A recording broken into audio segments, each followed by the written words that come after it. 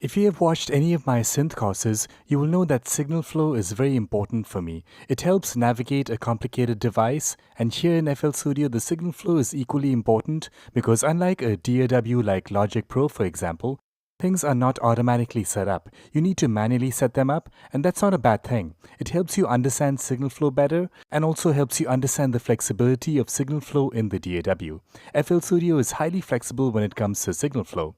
Alright, I have a blank project here with all the windows closed. If you remember, these icons here will open the 5 main windows for FL Studio.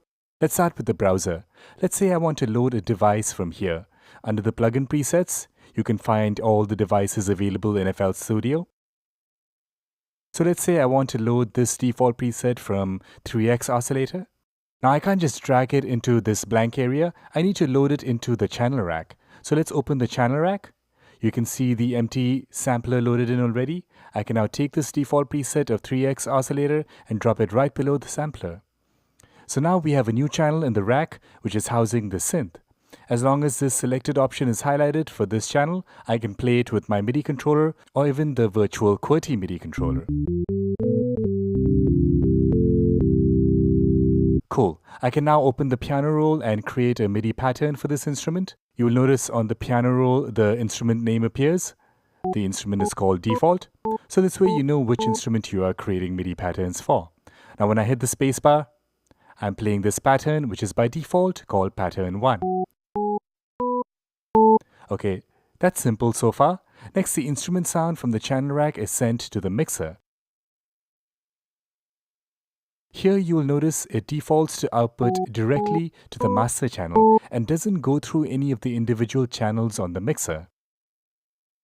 We can set this up in the channel rack. You can see the sampler is set to mixer insert 1.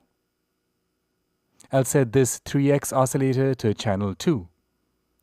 Now when I play the pattern,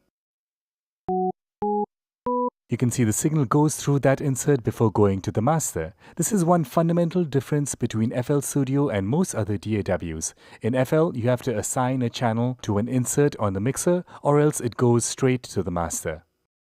Let's try this again. Let's say I want to use this FPC instrument.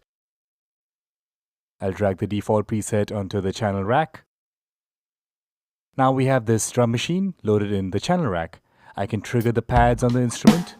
And if you look at the mixer, the signal is going straight to the master. Another way to route this is to open this detail settings on the instrument. Over here we can set the mixer insert number or just click on the track and automatically it gets assigned to a free insert on the mixer, and it also takes the name of the instrument. This one is called default 2. Oh, and it also gets colored. Now when I trigger the pads, you can see on the mixer the signal is going through insert 3 before going to the master. Alright, so that is the signal flow in FL Studio. Now we didn't look at the playlist window because that mainly defines your arrangement of patterns. So I have this pattern 1 I created earlier, which you can also see here in the pattern picker. With this currently selected brush tool, I can add this pattern to my arrangement. Now on the transport, if I switch from pattern to song and hit play, you can see the playlist pattern is playing. So the playlist doesn't really affect the audio signal flow. So with this, hopefully you have an idea of the typical workflow in FL Studio. We will explore this more as we look at individual sections in more detail.